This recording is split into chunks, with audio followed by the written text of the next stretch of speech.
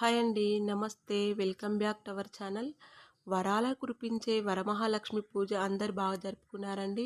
నేనైతే బాగా జరుపుకున్నాను. మీరందరూ కూడా బాగా జరుపుకుంటున్నారని అనుకున్నాను. ఇంకా ఈ వీక్ ఎవరైనా పూజ చేసుకోలేని వారు మళ్ళీ third week or fourth week చేసుకోవచ్చండి. అంటే మూడో వారం, నాలుగో వారం కూడా చేసుకోవచ్చు. తప్పేం లేదు. శ్రావణ మాసంలో ఎప్పుడైనా అమ్మని ఆరాధించవచ్చు. కానీ సెకండ్ వీక్ వీలు కాని వారైతేనే థర్డ్ వీక్ చేసుకోవాలండి. కానీ సెకండ్ వీక్ చేస్తే మంచిది. ఒకవేళ వీలు కాని వారు third or fourth A week అయినా చేసుకోవచ్చు. ఇంకా నేను కూడా మూడో వారమే చేద్దాం అనుకున్నాను. కానీ ఎందుకో అమ్మ చేపించుకుందండి. నాకు కొంచెం హెల్త్ బాగాలేక మూడో వారం లేదా నాలుగో వారం చేద్దాము అని అనుకున్నాను. కానీ ఇంక అమ్మ అప్పటికప్పుడు అన్నీ తెప్పించుకొని అమ్మ అయితే చేపించుకుంది అనిపించింది. ఇంకా నేను అప్పటికప్పుడు అనుకొని అయితే నేను అమ్మవారి ఆరాధన చేశానండి. ఇంకా ముందు రోజే అంటే నేను ముందు రోజు నైటే అన్నీ తీసుకొచ్చుకున్నాను. థర్డ్ వీక్ చేద్దాంలే అనుకున్నాను. కానీ అప్పటికప్పుడు ఎందుకో మనసుకు అనిపించి ఇంకా షాపింగ్ వెళ్ళి అన్నీ తీసుకొచ్చుకున్నాను. అమ్మకు శారీ, పువ్వులు అన్నీ ఇంకా తీసుకొచ్చేసుకున్నాను.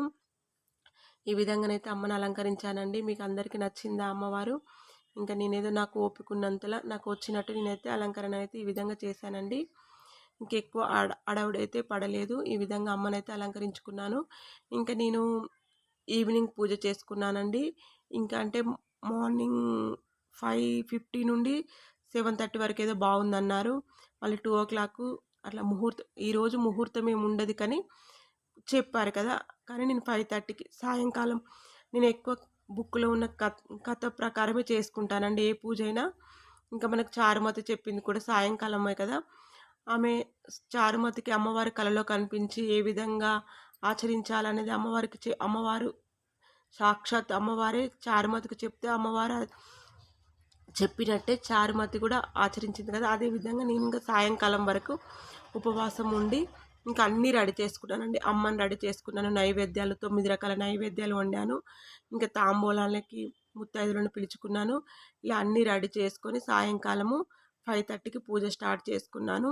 5:30కి పూజ చేసి నైవేద్యాలు అమ్మకు సమర్పించాను. 9 రకాలు చేశాను.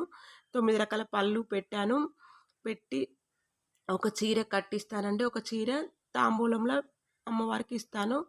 ఇలా నేను 2 కొత్త చీరలు తీసుకుంటాను. ఇంకా ఒకటి అమ్మకి కట్టించాను. ఒకటి తాంబూలాలు ఇచ్చాను. అదేవిధంగా నేను కలశం కూడా సపరేట్ పెట్టుకుంటానండి.